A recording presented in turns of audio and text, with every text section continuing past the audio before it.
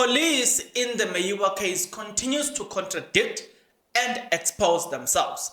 Okay, I am going to have to remind you what we were told about the type of intruders that went into the Kumalo house, the type of intruders that invaded their privacy, and these intruders who ended up taking Senzo Meyiwa's life, right? So I am going to have to remind you about that. But there's something that got me interesting and got me thinking, and that which was said by Seijan Mahola, yes? Seijan Mahola says that, okay, they arrested accused number one for a different type of crime, right? After accused number one being arrested for a different type of crime, boom, okay, they are busy investigating him for that particular crime, which I think it's drug related. There's something with this. There's something that does not make sense here. Big time. But I'm going to show you this, right?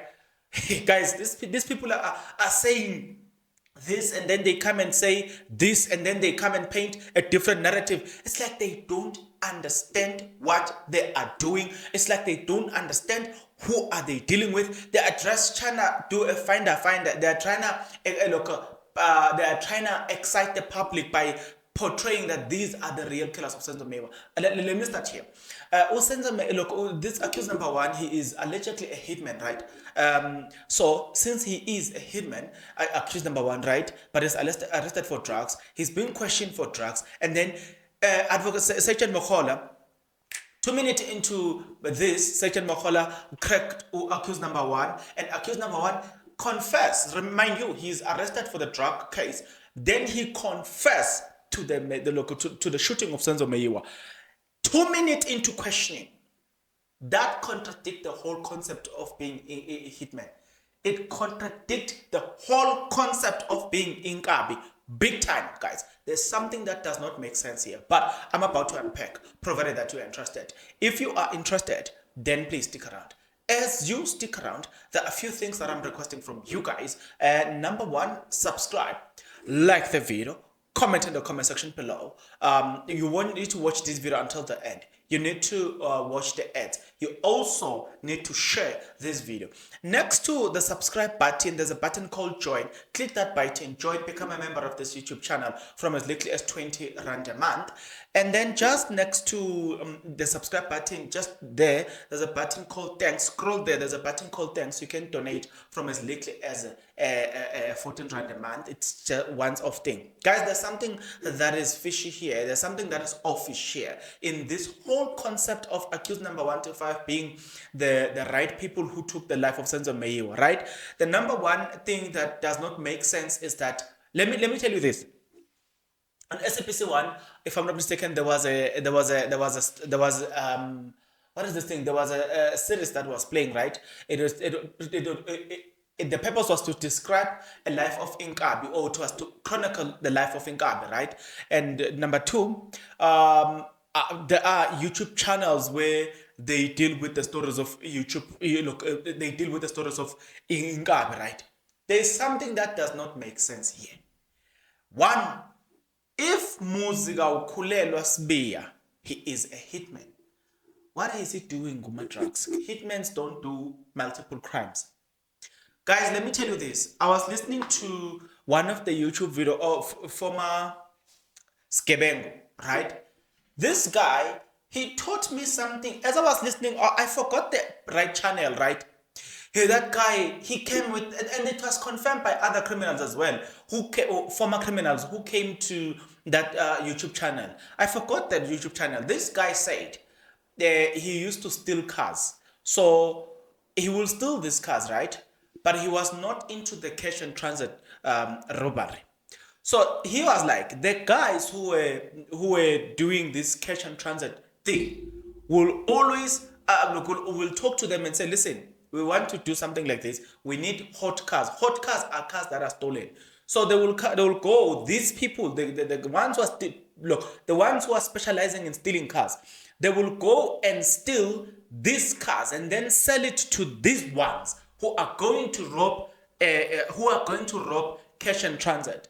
So he was like in that thing. He was like, even within criminals, there is department. He was like, I was specializing in cars.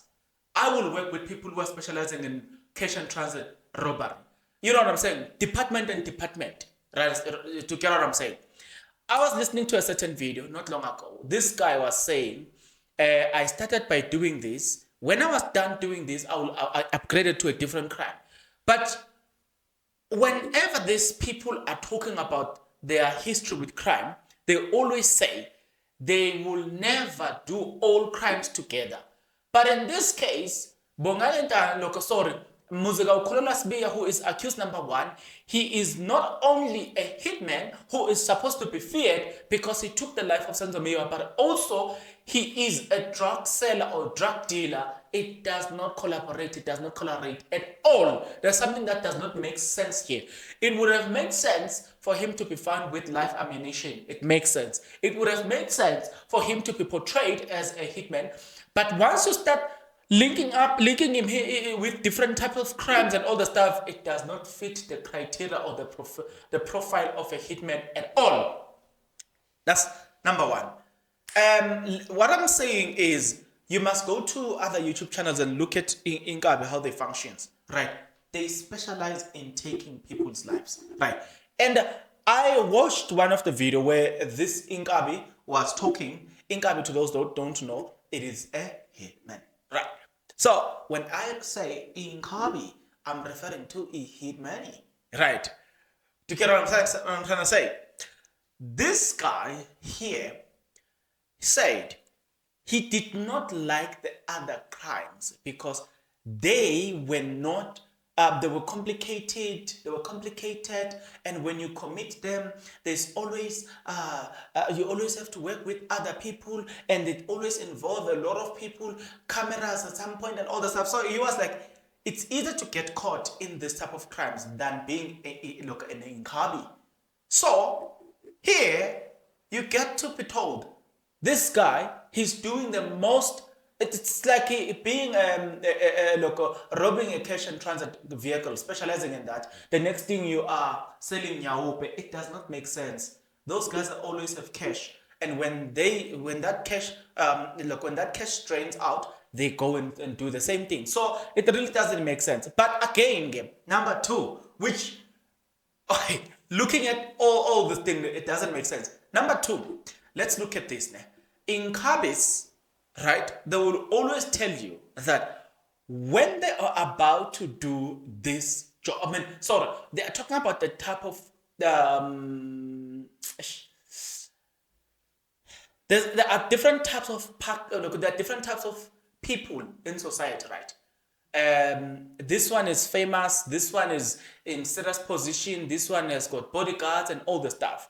They said when they do this thing, right, you cannot, you need to be a specialized hitman to be given a job to take a life of a person who is in that position. You understand what I'm trying to say? So if you're looking at the scenario, this case, Senzo Meyiwa, right, they will not have given an unknown and an amateur to go and take the life of Senzo Meyiwa. They will not have done that. If you are listening to the profile of what hitmen are, what Inkabis are all about, and then you're looking at Senzo Meyiwa. Hey guys, come on. I was listening to somebody who was saying that deal to take Meyiwa's life, if it was an Inkabi, it would have, somebody estimated that would have costed probably around 200 to 250,000 rand, the life of that guy, because he's famous, you know what I'm saying, all these things. Now, who wants to pay 250,000 rand to amateurs? Guys, it doesn't make sense at all. It doesn't make sense at all. Now, I'm just talking about this thing of Satan Mohola, who says that I just cracked him. But that's what she's saying. She's saying she's that dangerous, that she's a dangerous detective or forensic or whatever investigator, that she's able to crack a person in Kambi. You are able to crack him within 5 minutes of your questioning. That is what she's saying. But here's another problem that we have in this whole thing. Guys, who in the world will hire a dumb Inkabi to go and eradicate a person of Senzo Meyiwa's caliber? Who will, right now, I'm making an example. Right now, we've got the likes of Itumele Nkone. We've got the likes of Itumele Nkone. We've got the likes of Peter Shalulile. You know, those are prominent players. You understand what I'm saying? You cannot pay an amateur to go take that life. So I am asking this question: who, in their rightful senses, decided to hire an amateur to go and take Meyiwa's life? Alright, guys, that something here doesn't make sense. Something here doesn't add up. Right? Okay. I want to show you something on the other side. When we were listening to the Kumalos, right? They paint a picture that these people were dumb, right? They were dumb so much so that they were able to overpower them. Remember, they got into this house. These dumb intruders. They got into this house. Ulongwe, he's like, I'm going to fight these two Inkabis, right? I'm going to fight these two Inkabis. So he get into this house. They get into this house. Longo is like, I want to take them on. But when he stands up and is about to take them on, he sees the other one is like, hey, I thought this one is the only one with the firearm. Even this one. Okay, you know what? Let me push him like a scrum in the rabbi. And then he push him with the shoulder. And then he run. These dumb Inkabis, they remain there. They are looking at him. They are like, run. They don't care about that. Where have you seen that? Well, here, there's something that I'm trying to show you here. I'm trying to show you the profile of this Inkabis that does not make sense. The profile of these two Inkabis says that they are dumb. They know nothing about things. But my question is, judging from the profile of Inkabis, right? Judging from their profile itself, it does not necessarily make sense that who can hire such dumb Inkabis to go and take a life of Senzo Meyiwa, knowing exactly that it's gonna come back and backfire. So you need that job to be as clean as possible. So if you want that job to be as clean as possible, why wouldn't you hire a specialist in the job? People who've got an experience in the job. If you are telling me that Fisogu Hlentuli was in that house, it makes sense. That guy is arrested and is serving 6 life sentences for taking people's life. It will make a lot of sense then to say Fisogu Hlentuli, accused number 5, was in that house. But I will still question his movement because he is an experienced person. Because he's an experienced person, there is a way in which he moves. I said to you guys, I told you a story. We'll come back to this one. I told you a story the other time. I was sitting there. In fact, I was passing by Izonkezo rank, right? So I saw this Golf 7.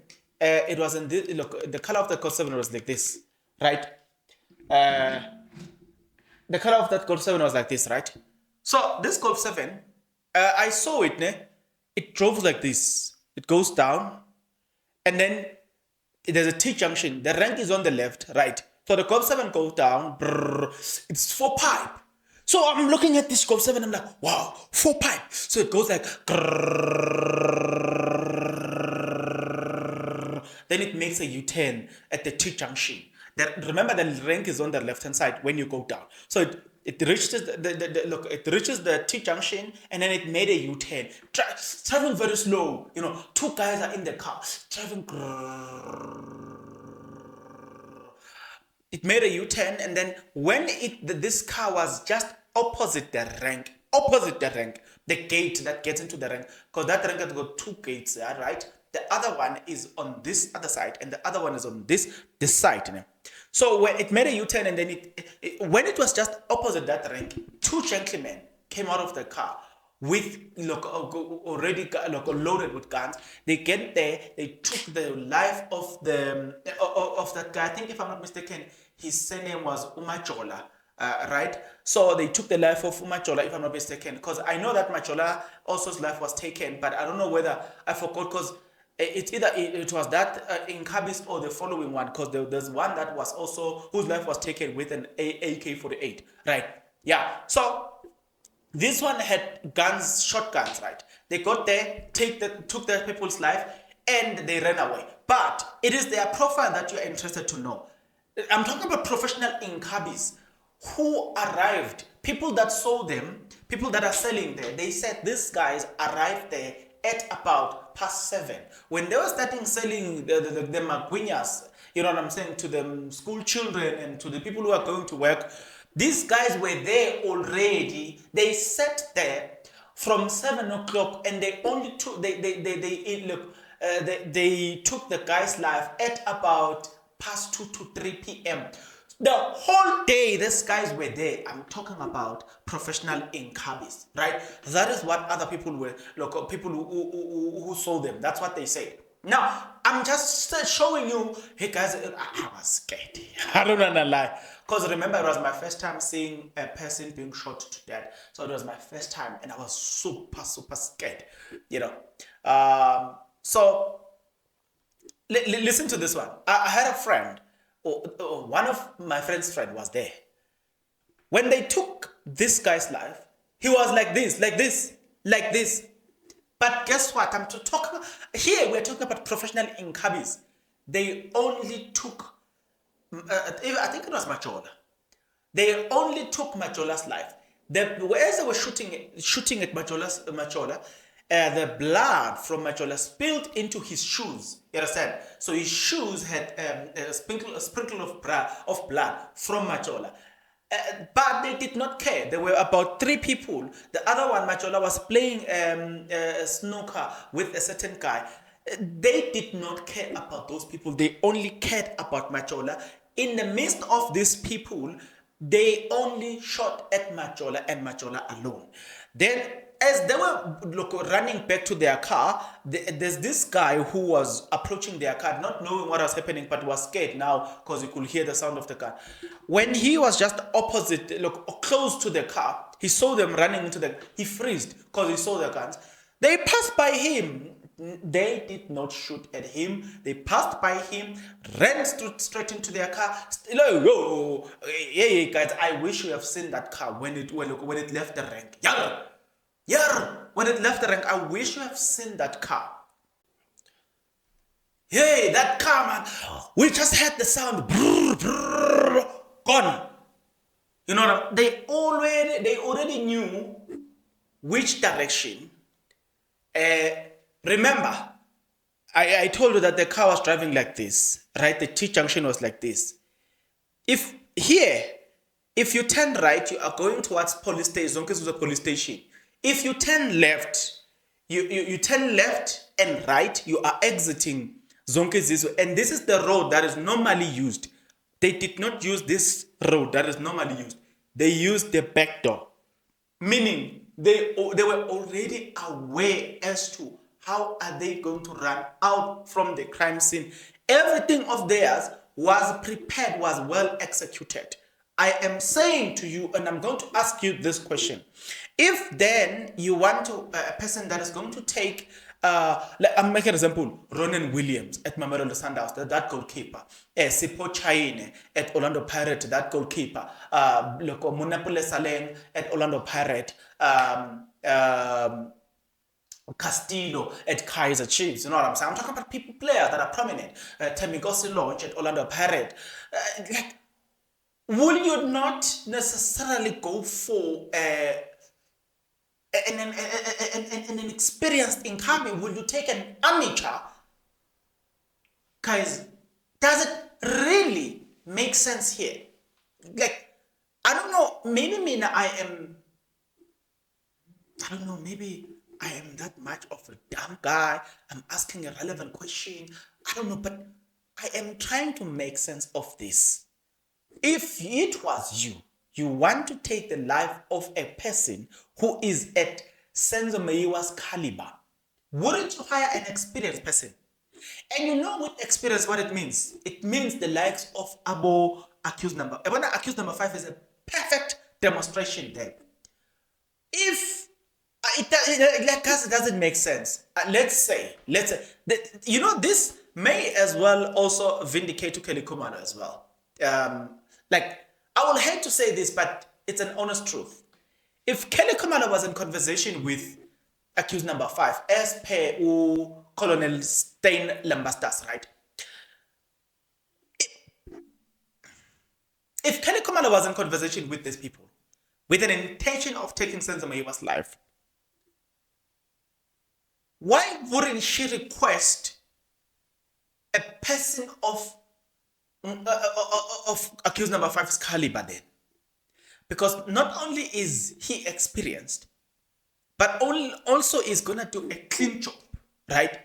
So why wouldn't he or why wouldn't she say, you know what?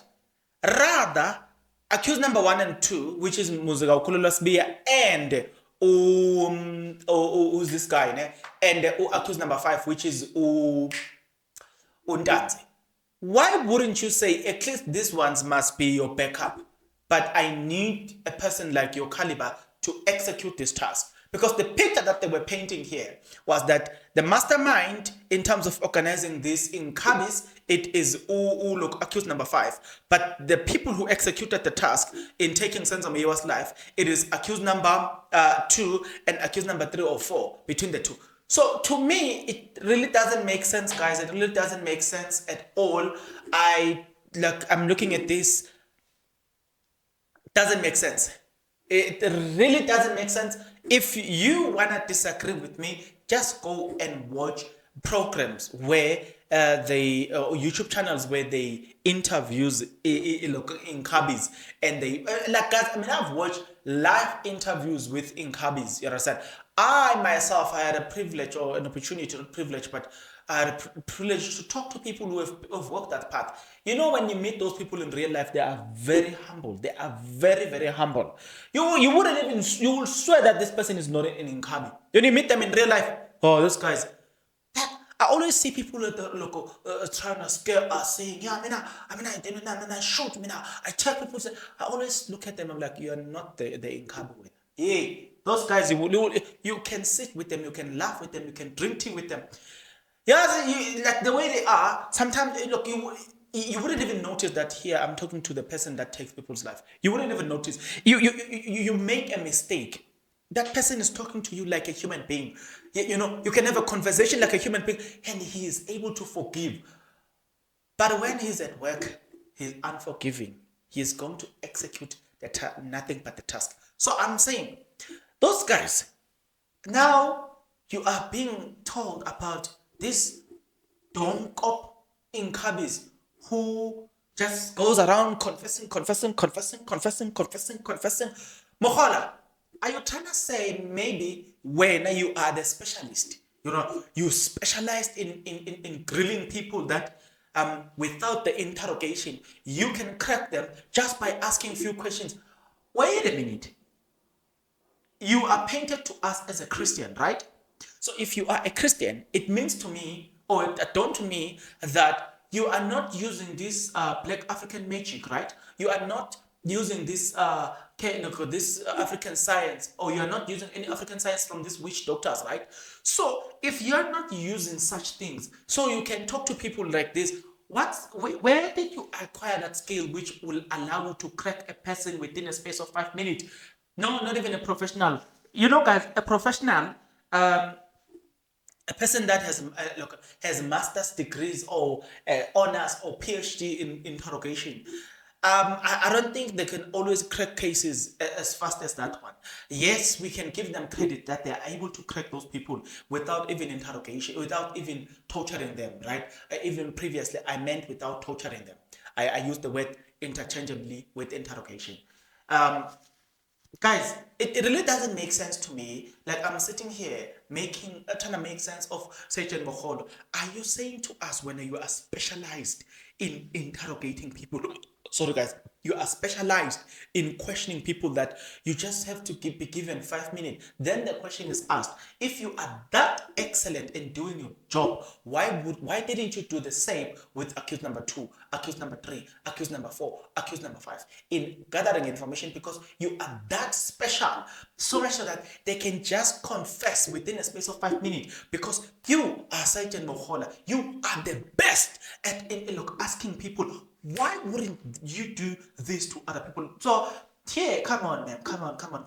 And I'm going to say, guys, my noise always starts to inch whenever I am in front of a camera. I don't understand why. You can see there's nothing in my nose, but it is inching. That's why I'm using this thing. Okay. Guys, I want to know, and I want to know for sure. And please, let's try to make sense of this, guys. What is happening here? Try and profile Usajan Mohola and listen carefully at what she's saying. Listen carefully at what this guy name Muhwane, what they are saying. And you listen to them very carefully and you try to understand everything that they say. They are painting a picture of these dumb criminals, dumb hitmen, they're dumb. But here's the problem. Now, right, this is what becomes a problem. These people are so dumb that when you start interrogating them, they easily crack. They are that dumb, right? So then, if they look, remember, the Kumalos are painting a picture of a dumb intruders, right? Then the police, the likes of Sergeant Mohola, the likes of Sergeant Mohwane, and all the stuff, they are painting a picture of these dumb intruders or this dumb incubis, right? So if you want to take all of everything that they are saying and you are saying, so this person is as dumb as you think he is, then the question therefore is, why, if these people are so dumb, if these people are so, you know what I'm saying, if these people are like the way you are portraying them, then what's the use? Why do you need so much police when they're doing confession? I need an answer there. Why do you need so much police when they are doing confession? Because they are dumb. If a person is dumb, you don't need, for a person who's not dangerous, you don't need to have, like the other time I passed through Johannesburg High Court. So when I get there, I forgot who was appearing there, but the person that was appearing there is a serious individual. You know how I saw? I saw the street around the court was closed. You know what I'm saying? And I saw, that was my first time seeing that, here my God. These guys have got Lexus vehicle. I saw Lexus vehicle, like very beautiful cars, Lexus guys. Oh, beautiful cars, and I could see that the way they are dressed. You could see by looking at them that these are specialized police. The street, which is Trichard Street before the Johannesburg High Court, was closed. You couldn't pass there. And the other street joining that, only us who were walking, we were allowed to walk. But cars were look. That is a serious person. Dr. Nanda Pamakutumane, who have a track record of running away from this country, when she appears in court, police will make sure they bring their A game, making sure that she doesn't run away. Dr. Nanda Pamakutumane, Tabo Baxter, the same, because they've got a track record of running away from this country. Those are criminals that it makes sense that when they appear before this court, it makes sense to have all things, to have the security at, you must bring your A game. That's what I'm trying to say. So in this one, you are bringing your A game only when they're about to make a confession. You know what it means? It means that the confession was forced. The confession was coerced. Because if it was not coerced, then there should have been a consistency in terms of how you handled that criminal.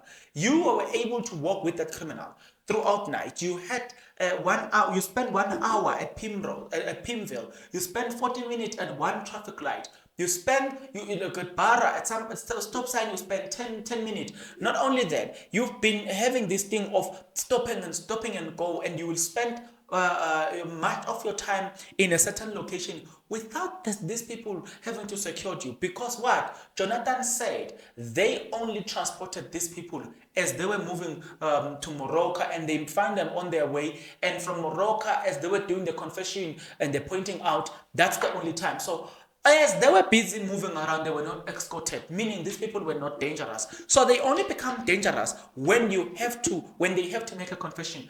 Guys, there's something that doesn't make sense in all of these things. The profiling of these criminals really, guys, doesn't make sense. You want to profile them as dangerous when they are making a confession, but you profile them as dumb when you are busy investigating them. Guys, are we not stupid? Come on, guys, we are not that stupid to realize that somebody is playing us here. Somebody is playing us.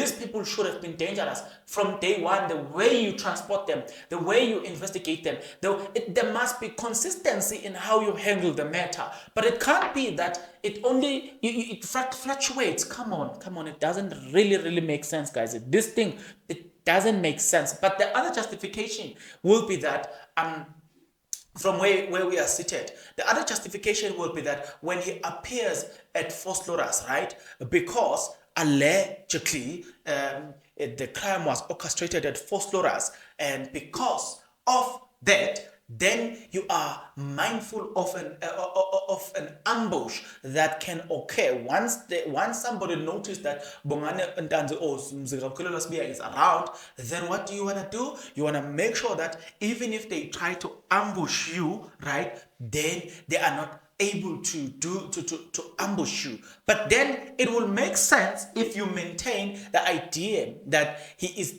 a dumb criminal, he doesn't need intervention. So when you are going to Morocco, then, because Morocco is different than Fosloras, you don't need that escort. You are only needing the escort at Fosloras, because Fosloras is his home ground. That is where the crime was orchestrated. So you are most likely to get ambushed at Fosloras. It makes sense in that way.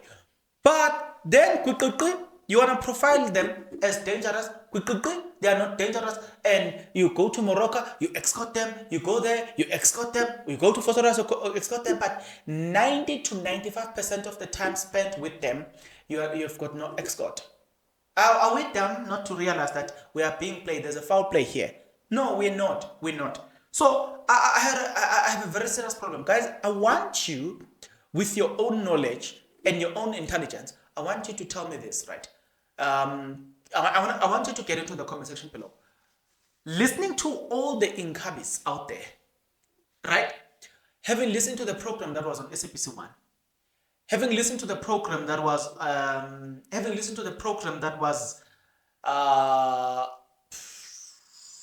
having listened to the YouTube channels, not program, yes. Having listened to the YouTube channels, which you can access even today before you can even write this comment. Go and listen to these people when they profile Inkabis. Come and tell me if the profile of real Inkabis versus accused number 1, 2, does it match? What also doesn't make sense to me is, guys, accused number 2 is that greedy. So much so that he's working at Sibanye Stillwater. If I'm not mistaken, it's Sibanye Stillwater. It's a mine. He's doing drugs, selling drugs, right? At the same time, he is in Kabi.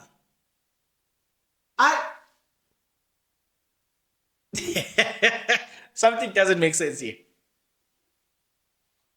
Is he desperate that he can do all of these things at once? He is in Kabi.